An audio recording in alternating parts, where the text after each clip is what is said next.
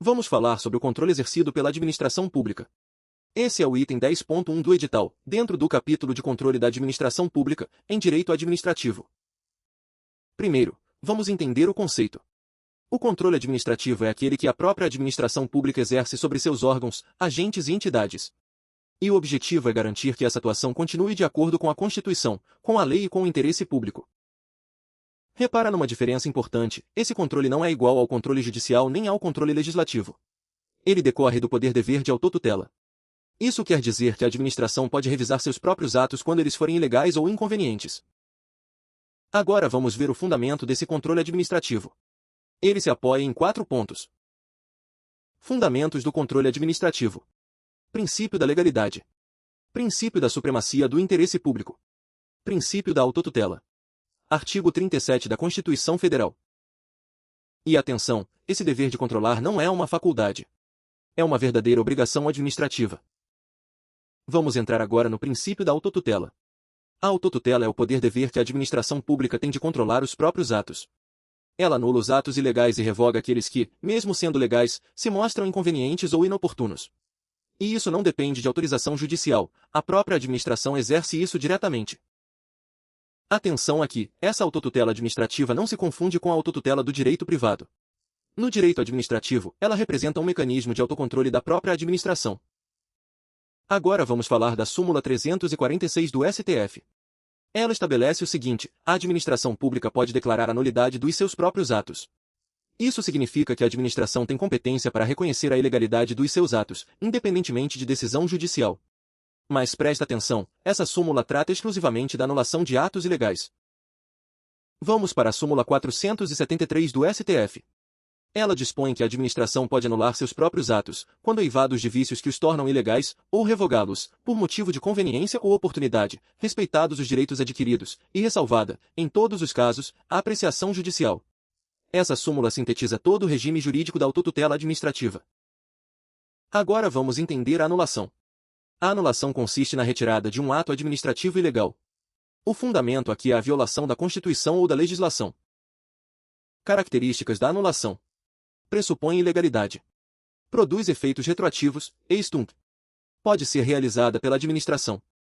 Pode ser determinada pelo Poder Judiciário. Vamos ver um exemplo: um servidor nomeado sem aprovação em concurso público. Esse ato é ilegal. Então cabe anulação. Agora vamos para a revogação. A revogação consiste na retirada de um ato válido, em razão de sua inconveniência ou inoportunidade. O fundamento aqui é o mérito administrativo. Características da revogação. Pressupõe ato válido. Produz efeitos ex nunc, não retroage. Somente pode ser realizada pela administração. Depende de juízo de conveniência e oportunidade. Atenção nesse ponto: o Poder Judiciário não revoga atos administrativos. Isso é uma das maiores pegadinhas da Sebrasp. Vamos falar agora do controle hierárquico. Esse é o controle exercido pelos órgãos superiores sobre os órgãos e agentes subordinados, dentro da mesma pessoa jurídica. Ele decorre da relação de hierarquia administrativa. O que o controle hierárquico permite?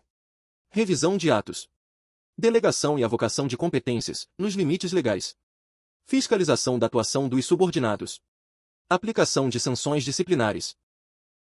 Um exemplo: o ministro revisa um ato praticado por um secretário subordinado. Agora vamos ao controle finalístico. Esse é o controle exercido sobre as entidades da administração indireta, para verificar se elas cumprem as finalidades previstas em lei. Ele também é chamado de tutela administrativa ou de supervisão ministerial. E presta atenção, não existe relação hierárquica entre o Ministério Supervisor e a entidade da administração indireta. O controle se limita aos aspectos previstos em lei. Vamos falar agora do controle de ofício e do controle provocado. O controle de ofício é exercido espontaneamente pela administração, independentemente de provocação do interessado. Um exemplo: a anulação de um ato ilegal identificada durante uma auditoria interna. Já o controle provocado depende da manifestação do administrado ou de outro legitimado. Exemplos disso são o recurso administrativo, o pedido de reconsideração e a representação administrativa. Pontos de atenção. A administração anula atos ilegais. A administração revoga atos válidos. O judiciário não revoga atos administrativos. A supervisão ministerial não gera hierarquia. O controle finalístico só existe nos limites previstos em lei. Erros clássicos. Confundir anulação com revogação. Dizer que a revogação produz efeitos retroativos. Afirmar que o judiciário exerce controle de mérito. Confundir supervisão ministerial com subordinação hierárquica. Para fechar, vamos fazer o resumo em 30 segundos. O controle exercido pela administração decorre do princípio da autotutela, que lhe confere o poder-dever de rever seus próprios atos. Os atos ilegais são anulados, produzindo efeitos retroativos, extunc, enquanto os atos válidos, mas inconvenientes ou inoportunos, podem ser revogados, produzindo efeitos prospectivos, ex nunc.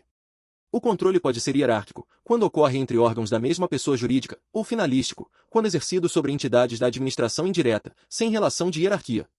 E as súmulas 346 e 473 do STF constituem a principal base jurisprudencial sobre essa matéria.